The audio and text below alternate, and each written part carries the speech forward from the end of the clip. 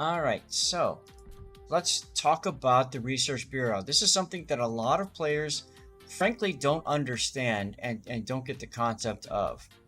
All right, when you go into your tech tree, if you have unlocked, I believe it's, what is it, 4 or is it 5 tier 10 ships? 5. 5 tier 10 5. ships. So if you have ground through 5 tier 10 ships, then you have access to the Research Bureau. You get a reset button down here. Now, every 3 months, you get a double. And you always want to, at the very least, do a reset on the double. When you do a reset, you click on the reset button, and it will say, here's what's going to happen. You are going to get 34 million credits back because all of the ships in that line are going to be sold. All right? All of the modules are sold. All of the camouflages, flags, signals are transferred to inventory. Upgrades are demounted for free and transferred to inventory. So if you had a special radar mod or any of those kinds of things, they get sent to inventory for free. You don't lose them. And then your commanders are sent to the reserve. So you don't lose your commanders either. They do still stay trained to the ship that you reset. Yes, I have reground all those. No, I haven't reground all those lines this season, DeLupus. I only do one per time. You also then get up to 10,200 research points. Now, research points are gained by basically you research the ship, and then you have to buy the ship, and then you have to play a battle in that ship. And then you get research points. You get 200 for the Hawkins, and you can see down there the breakdown. Yes, Battery, you need 5 tier 10s unlocked. Fishrock says, playing since closed beta, still not 1 tier 10 tech free ship unlocked. I unlocked Moskva, but only just before she went premium. Well, there's no need to do this necessarily, but this gives you some added benefits, right? Dutch, that is true. You can also use the settings to reserves trick to expand the reserve. What he means by that is you recruit free commanders and then send them to reserve, free commanders, and you keep doing that until you're out of reserve commander spaces. Then you do this, and all the commanders you had on ships go to reserve, and because you don't have any more reserve spaces, your commander spaces reserve gets expanded by however many ships that is. It's a fun trick. I have, as a result, like over 600 reserve commander slots. The problem with that, though, is it slowed down the game a ton because I had all these 0.1 point captains in my reserve. So you can definitely do the trick if you want, though. All right, so anyway, so that's how you get, and then if there's a ×2 every 3 months, you get ×2. So you can see there it's 20,400. Now there is one note that I want to mention, and that's with the carriers. Because the carriers, there's only 3 in the line. If I go to reset carriers here, you'll see that I'm only earning up to 8,000 research points. More research points per ship, but fewer ships, so the total is less. So personally, I would not reset a carrier line. The best line to reset is the one that I always reset. It's the Haragumo line. Because it's once you get to Akizuki and Kitakaze, they're just such easy ships to grind. You just hold down left mouse button and profit. I mean, it's ridiculous, right? And you can see here I get 1,500, and this one I've got 6 stacks of research points on here because I just haven't played a game in the Haragumo, although I'm going to have to during the course of this patch because I want to get that super container with it. All right, so that's how you get research points. Let's talk about how you spend them. And to do that, I need to pull up my window. I have a special window of the armory ready to go just for this talk. Where are you? Budding! So, if you go to your armory tab, and you can do this in-game, you can also go to its armory.worldofwarships.com EU, whatever. Yes, Dutch, that's true. Haragumo line is also the cheapest line research, so it's the easiest to grind up, gets the most XP for your effort for the most part. You just hold down left mouse button and win, or get XP. But you also don't need as much XP to progress up the line. So thank you for that, for adding that, Dutch. All right. So what do you get for your points? Well, you can buy flags. Please don't buy flags. Okay? Don't. Don't buy flags. It's the biggest waste. You're better off grinding credits and spending your credits on flags. Or coal. Those are much more readily available than points. Okay? No. No. Even if you're thinking about doing this, slap your wrist. No. Not going to happen. Okay? Now, in my opinion, the best way to spend your points is on ships. Now I know what you're saying, but Zath, it's over 10,000 research points just to buy or per line. That's a huge investment in time. Well, yeah, it is. That's the point. Research Bureau is out there because they want you to reset lines and play and progress through them again. They want you to enjoy the line again. So you reset lines that you enjoy playing. You don't reset lines you don't enjoy playing.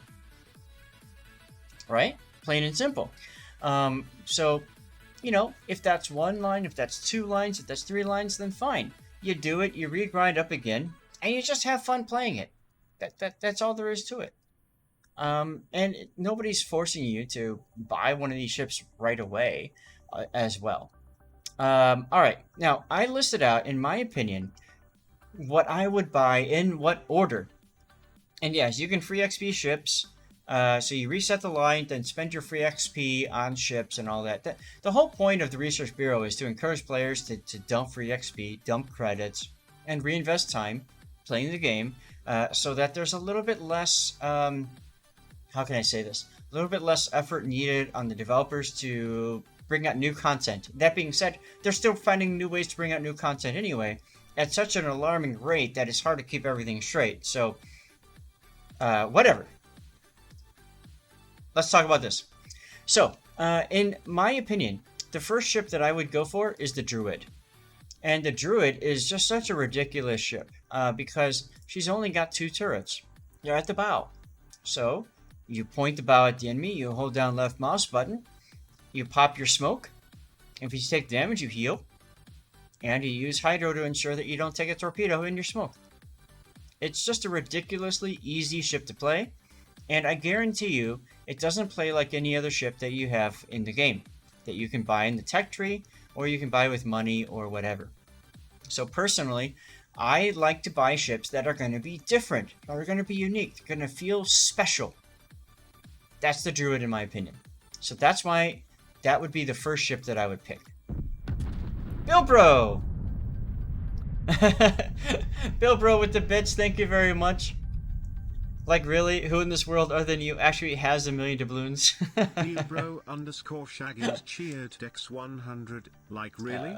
Who in this world other than you actually has 1,000,000 doubloons? I shall now live my warship life vicariously through you. There you go. Thank you, Bilbro, for the 100 bits. The next ship that I would highly recommend is the Ohio. Simply because she's pure fun to play. Ohio is great if you love secondary spec battleships. She's got these wonderful 457mm guns that hit like a truck. It's relatively fast and nimble-ish, and it's got, a decent heal as well. So you can see right here, her pair party consumable has accelerated cooldown, much like the Georgia. So there's that as well. She comes with a permanent camo and all that good stuff too. Yada, yada, yada. But in my opinion, Ohio's pretty good. What was the ship I said before Ohio? That was the Druid. Now, the third ship that I would recommend is the Paulo Emilio. Because who doesn't like YOLOing battleships and yeeting your torpedoes at them and then just laughing? Right? Paulo Emilio is just fun. Just fun. And there are certain people I know of, like Compass Ghost, who are extremely good in this ship. Extremely good in this ship. Now, she can fire SAP or HE shells. The SAP will help in a gunfight with destroyers. It's got a long reload time, though. So you're not playing her like a destroyer, like a normal destroyer. You're playing her kind of like a Shimakaze. You're off on the flank. You try to sneak in, and you want to approach a battleship from the side. And then you start approaching. You hit your fuel smoke just before you lose concealment, right? So just before you cross over that and you hit your engine boost, this is a special kind of engine boost that goes extremely fast. It's faster than the normal engine boost. So you put these two together and you sneak up on that unknowing battleship, because that battleship's looking the other direction. You sneak up on that person, you turn, you just unleash all your torps, eat them out on somebody, and then turn them back around. Rip if they have radar. Battleships don't have radar. Well, there's a couple that do. Rip if they have hydro, because you can't sneak up on hydro-equipped battleships. It just doesn't work. But anyways, again, Research Bureau, you want ships that are unique, different, and are enjoyable to play. And Paulo Emilio hits all those boxes, in my opinion. Exactly, Linkson. She's a fun ship, and she's a different ship for people who enjoy playing different ships. And in my opinion, why not enjoy all the hard work you put into getting these ships, right? Why not pick a ship that's fun? And you don't want to pick one that's a dud. All right, the next one in my list is the Vampire 2. The Vampire 2 is fun because she's like the Daring, except she's got Crawling Smoke. And because she's got Crawling Smoke, you can play her kind of like you would a Perth or one of those other ships, Crawling Smoke, of course, and you can get in. Rise Laughed Saw is now following. It's also got personal hydro, and there's the engine boost as well to get yourself out of sticky situations. Now, it does not have a heal, so keep that in mind. Riz Lazor, thank you for the follow. She's a fun ship. You haven't been poloed yet, but I've seen it happen. I have been poloed. It's not pretty. Next ship that I picked in the order is Colbert. Because who doesn't like an Atlanta at tier 10? Oh wait, didn't Wargaming just announce a Pan-Asian light cruiser line that's essentially a whole bunch of Atlantas? Huh. So, anyways, this ship is... It's fun, it's different, it's hard to play, but once you've got it dialed in, she's a true joy. You need someplace like an island you can hide behind, yes, and you want to play it at max range generally and all that kind of stuff. Pan-Asian tier 10 is an awesome. Thanks, Hulk dude. So anyway, she's fun. She's got French engine boost, which is a little bit unique if I remember right. She's got a heal, which is fine. She's got 16 127mm guns. 16 of them. I mean, you just hold down left mouse button and off you go. And you combine this with Abanu, if I remember right. It's Abanu, or is it the other one?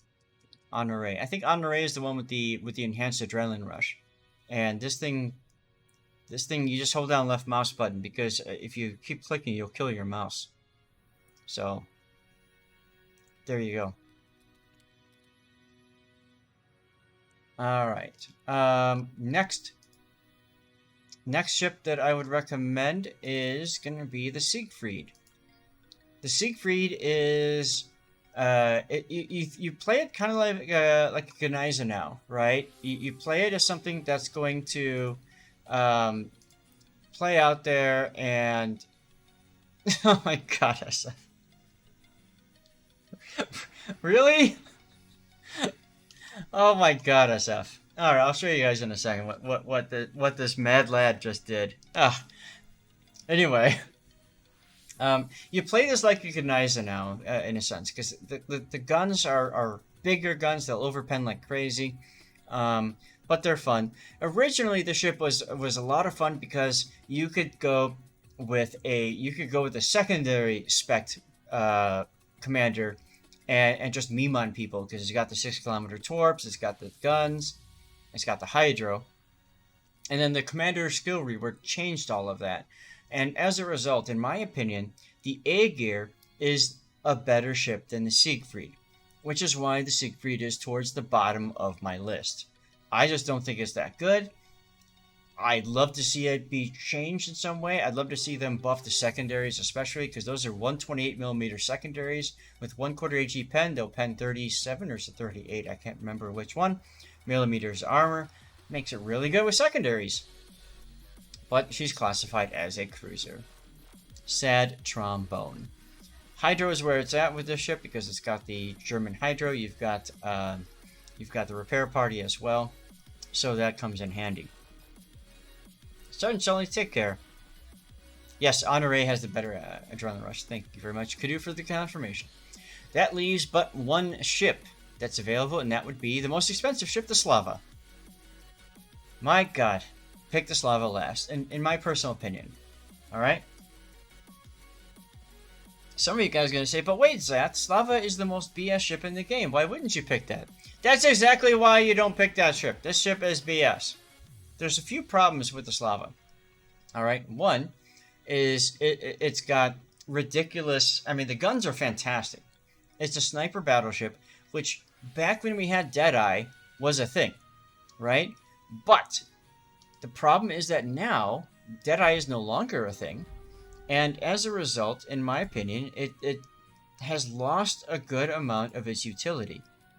Now, some of you guys might say, but the Slava, the guns, that's where it's at, that's all you need and stuff like that. There's, where is my, there it is.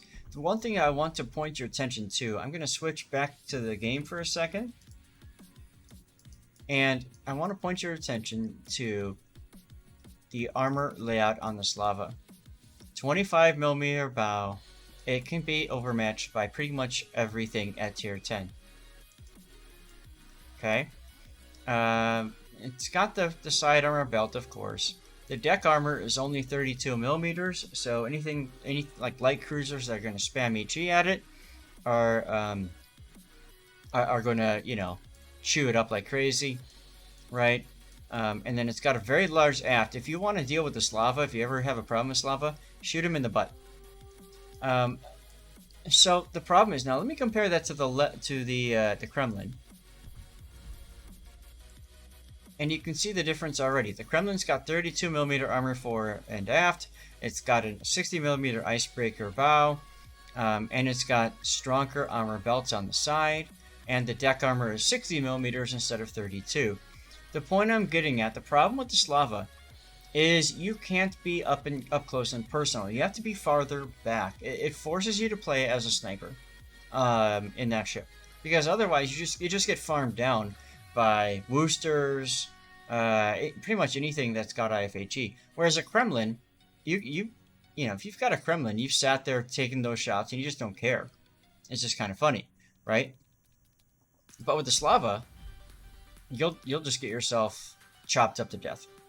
So personally, I would not pick a Slava out of that mix. So let me go back to the window for a second. Let's take a look at the ships.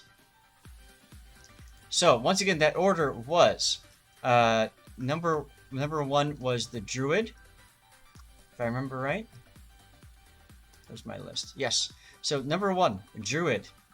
Okay. Number two, Ohio. Number three, Paulo Emilio. Number four, Vampire 2.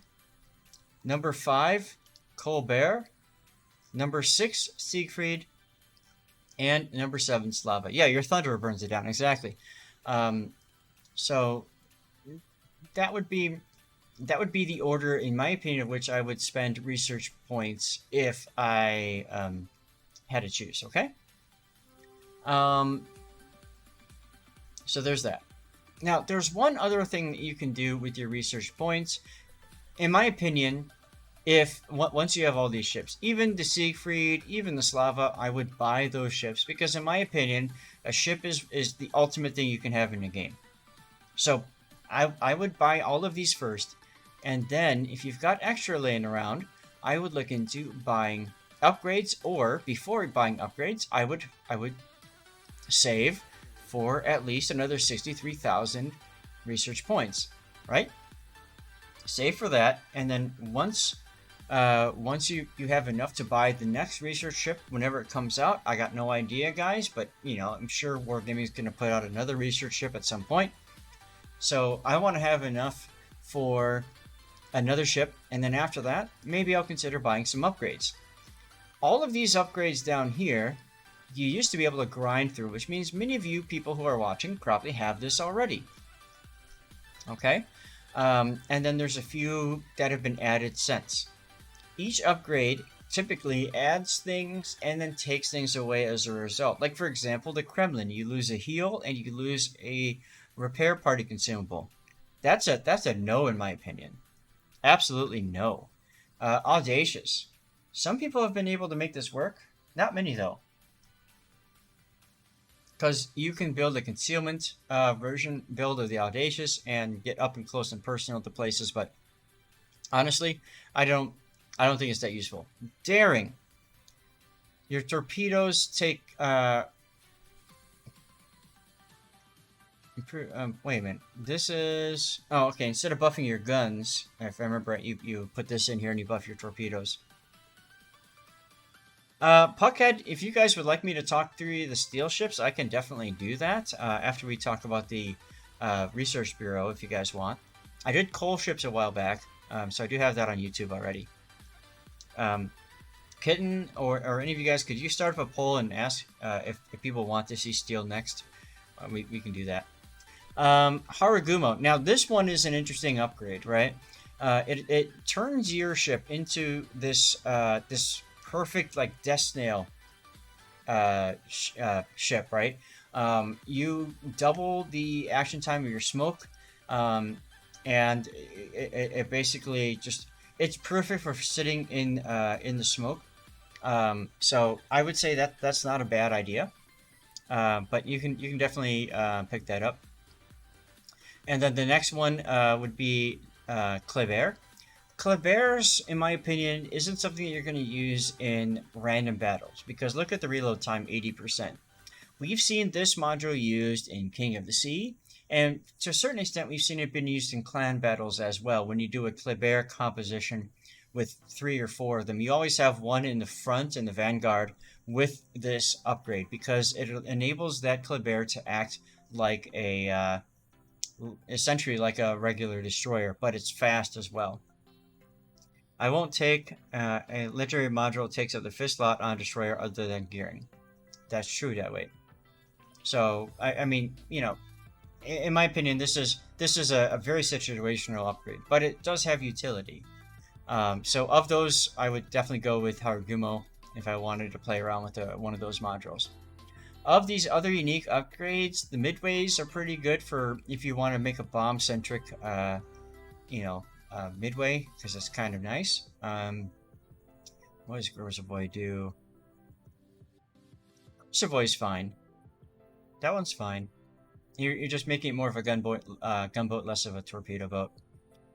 Yu Yang is garbage, if I remember right, because it reduces your main battery reload time. So, yes, you have more smoke dispersion or more radar uptime, but your guns you can't use your guns as much. So you're gonna lose in that gunfight. Why would you do that? Gearing. This one is what you were just talking about, Deadweight. This one also reduces the gearing's detection to make it on par with the Shimakaze. I think it's 5.5 or 5.4 kilometer detect when it's all done. But you pay a penalty for that. Your reload for main guns are up, your reload for your tube. Hey, Cavo.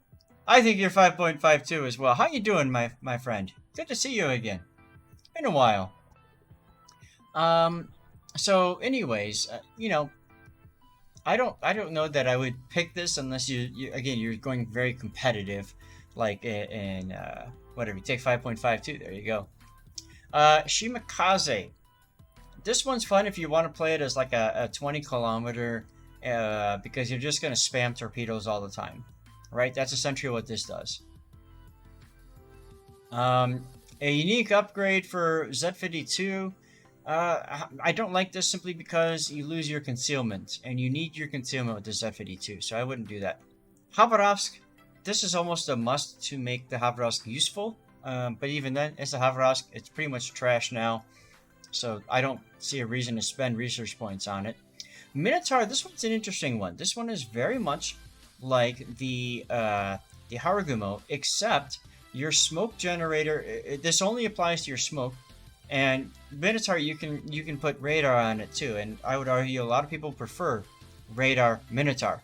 So I don't know. I don't like it just for that reason.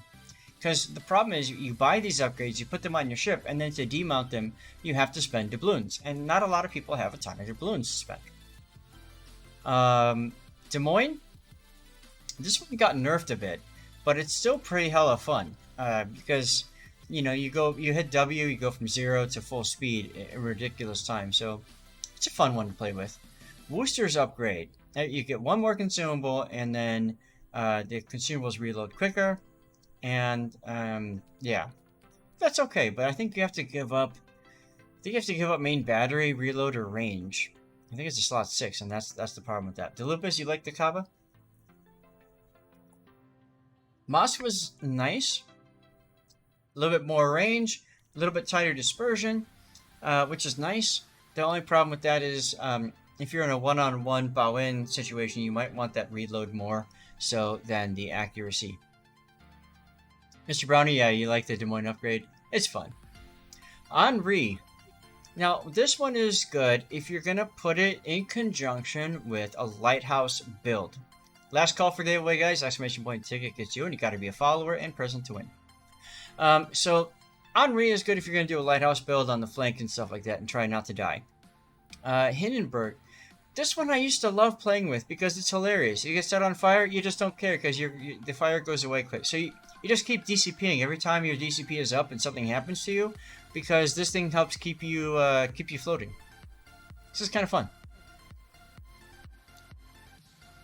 Well, yeah, the Hava has the I think it's 50mm side plating. So yeah, so a lot of HE shatters against the Kava. That's true. The Zao. Yeah, I think this is in slot 6. If so, yes. Does it even say what slot? Yeah, it does say. So I could have just clicked on it before, and that would have saved me some time. Derp. So this one's okay. Seth Kitten won the giveaway she was running. That I don't know how. Said reroll. I don't know how much more rigged it can be. The Montana is similar to the Hindenburg. I wouldn't take it. I don't think there's a need to take it. If it helped with fire and flood more, it'd be worth it, but I wouldn't take it as a result. Yamato. Everybody swears by this one because it beats your standard module, and this is pretty much considered an upgrade. So why not? So I know a lot of people that swear by that one. So Yamato's fine. Kurfürst is hilarious if you love brawling, if you like being up close and stuff like that. You lose range, but your reload and secondary reload is improved. So if you want a secondary, yes, there's a unique upgrade for Arpeggio Yamato. It comes with it, the ship as well, if you bought it. So if you like secondary builds in battleships, this is a really good one to have with the Kurfürst. At least I thought it came with it, could you? Maybe it was in one of the bundles that you had to buy to get the unique upgrade. I can't remember. Republique. So this one is good because, again, it's more of a brawling. This is good if you want to kill cruisers a lot. I think you'll do well with that one. And then Conqueror. This upgrade essentially makes the Conqueror act like a Thunderer. It allows it to move quickly and all that. Minotaur loves legendary module on the Montana, so it's not all that bad. Well, what do you give up on? This is slot 5, so you're giving up concealment for this. I don't know that I'd want... I mean, the rudder shift time is nice. I don't know that I'd want to give up concealment, personally. But that goes back to what I talked about with ranked. You play what you enjoy, you have fun, and you go with it, right? Nothing wrong with that. And then, like I said, please don't buy signals with research points. That's the worst thing you can do with research points. Don't do it. Don't do it. Just imagine this doesn't exist. Okay? Please start stream raiders. And somebody won the giveaway, so we're just waiting now for them to respond. All right, Cremoa says his daughter's home. Cremoa, that's amazing. Yeah. That's amazing. I'm so happy to hear that, Cremoa. That's so good. All right, any questions on the Research Bureau research points, what to do with them? Save them, buy ships, save them again, buy upgrades, okay? In that order. All right, let's go ahead and move over to Stream Raiders. Bowmaster, where are you? If you are pooping, you are losing. There you go. Flavor upgrade is worst needs to ship. Yeah. All right, so guys, I actually need to go to the bathroom myself. So what I'm gonna do is I'm gonna start this. I'm gonna run a little bit of an extended ad break so I can hit the bathroom, and then we're gonna come back. And you guys want to talk about steel ships, so we'll talk about steel ships next. And then after that's done, I've got a bag. I've got my bag of clothes to open up here from Fabletics Men. And then we're going to hit replay analysis time, okay? So give me a second here. Another name. All right, go ahead. Pull another name. I thought I... Rigged. What? Ed Enriquez. Oh, that is quite rigged. Okay. That's okay, though. I like him. I'll allow it. All right, there we go. So, guys, I'm going to run an extended break just so I can go to the bathroom. We're going to run Stream Raiders in the background while that's happening. It's probably going to be a win. I'm going to run another giveaway. You're not missing out on anything if you're stuck watching ads. Ads support me and the channel. They also allow us to do pre-rolls so that when people come in from outside, they're not stuck looking at ads. They can see the action right off the bat, and I want them to be able to come in and see it, okay? So I will be right back. All right, and we're going to start the battle. And I'm going to mute my mic and I'll be right back.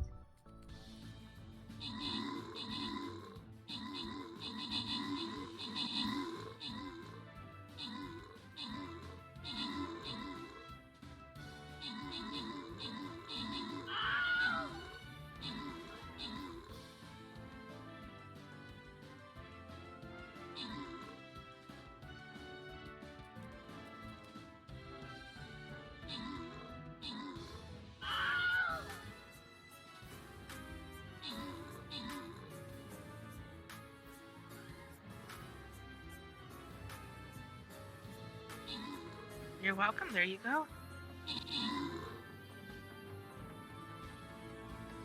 His prize. He did, and the next one has started. Awesome. What's it for? Another CC to thank Chief Engineman for the raid. Awesome.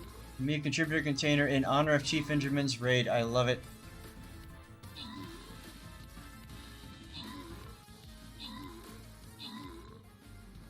Get my armory onto... Well,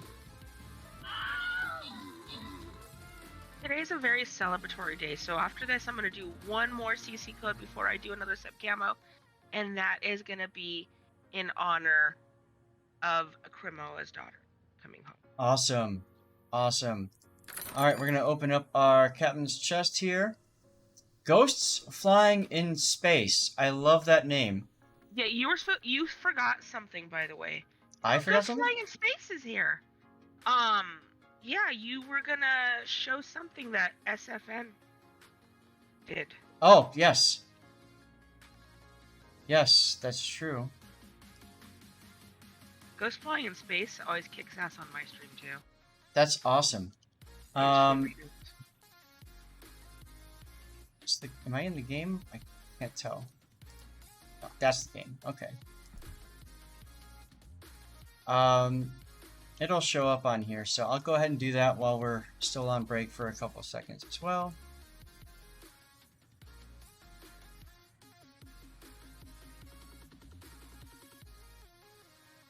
So I'm going to go ahead and accept the gift from SFNL.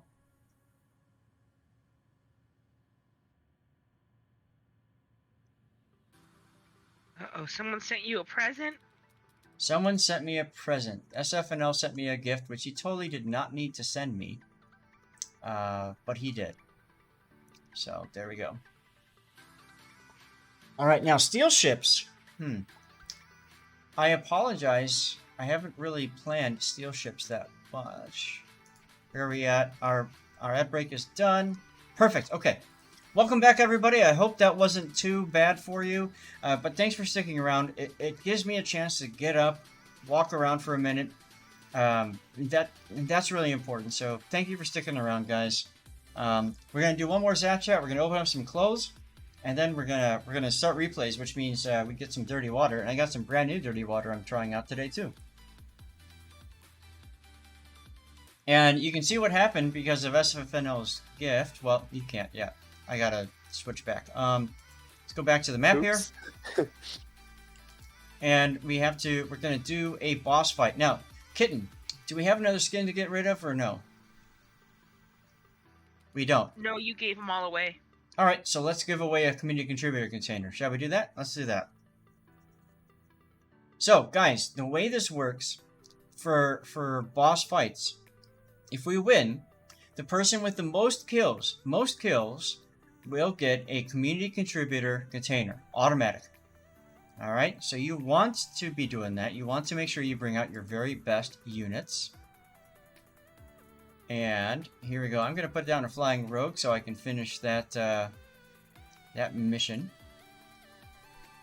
There it is. Quest completed. Go to my quests and collect my coin. Go back to battlefield. Alright, well, here we go. Now you guys can see. I have over 1 million doubloons now. Yak Diego, hello! Battery just unlocked a level 3 monk. Nice, there you go.